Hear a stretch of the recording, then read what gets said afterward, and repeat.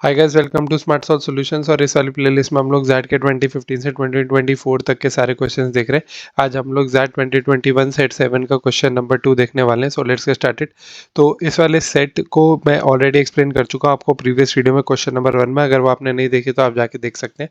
तो basically crux ये था कि अमीश जो है वो मार्केटिंग हेड है एक कंपनी FICT का। उस कंपनी ने अभी एक सेलिब्रिटी के साथ टाइप किया। उस सेलिब्रिटी ने वाडिया एक कंट्री है वहाँ के एम्बेसडर बना है वो टू प्रमोट टूरिज्म। अब वाडिया का जो डिक्टेटर है उसके ऊपर बहुत सारे एलिगेशंस लगे हैं जिसकी वजह से बैकलैश हो गया लोगों में FICT की तरफ कि आपने इस सेलिब्रिटी के साथ एसोसिएशन क्यों कर रखा है। अब देखते हैं FICT closest competitor SAU wants to grab this opportunity. They have come up with the slogan "Never at the cost of human rights," which has started trending in social media.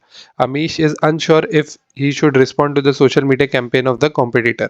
तो basically SAU जो इनका closest competitor है उसने इस चीज़ का फ़ायदा उठाया है क्योंकि लोगों में एक नेगेटिविटी है कि भाई FICT जो है वो ऐसे सेलिब्रिटी के साथ एसोसिएट कर रही है जो मतलब ऐसे बाडिया के ऐसे डिक्टेटर के साथ काम कर रहा है, उनका एम्बेसडर है वहाँ का।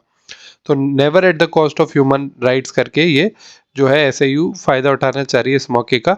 ठीक है, तो क्वेश्चन ये बोल रहा है कि which of the following options if true will best assure Amish that SAU slogan is not affecting FICT's business negatively. ठीक है, option number A, most people are looking for cash on delivery for the high end product since the SAU slogan launch which is against companies policies।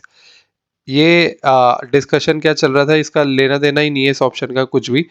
Amish को assurance चाहिए कि FICT का business negatively affect नहीं हो रहा है, तो COD के आ जाने से कोई फर्क नहीं पड़ने वाला है। इससे हमें कुछ पता ही नहीं चल रहा है कि कुछ नेगेटिव भी हो रहा है या पॉजिटिव भी हो रहा है। Option number B, FICT's average monthly sales revenue has decreased by 3% overall when compared with the same month previous year. हमको ये देखना था कि वो नेगेटिवली अफेक्ट नहीं कर रहा है, उसका अश्योरेंस चाहिए था, बट ये तो नेगेटिवली अफेक्ट कर रहा है ना। ये तो इधर तो सेल्स गिर गई तो नेगेटिव अफेक्ट हो रहा है, तो इसलिए बी आंसर नहीं हो सकता। FICT's average monthly sales revenue has increase by 1% overall since last month. ठीक है, एक पॉजिटिव चीज है कि लास्ट मंथ से बना है, इसको अभी रखते हैं, आगे देखते हैं। FICT's average month sales volume has increased by 5% since the SAU slogan launch, driven by the sales to repeat customer।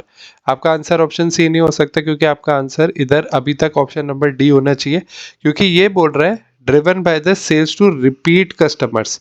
अगर रिपीट कस्टमर्स आ रहे हैं आपके पास तो इसका मतलब यह है कि SAU के स्लोगन से फर्क नहीं पड़ा उनको। ठीक है, अगर ऐसा होता कि न्यू कस्टमर्स आते तो मतलब कहीं ना कहीं वो कस्टमर्स जो है वो SAU की तरफ शिफ्ट होते, बट रिपीट कस्टमर्स आ रहे हैं और 5% इंक्रीज भी है, तो ये पक्का अश्योरेंस दे देगा अमीश को कि हाँ भाई SAU के स्लोगन से कोई नेगेटिव हमको इफेक्ट उतना इम्पैक्ट पड़ा नहीं है।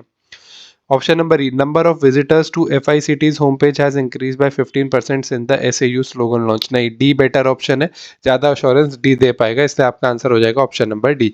Thank you for watching, I hope you like the video.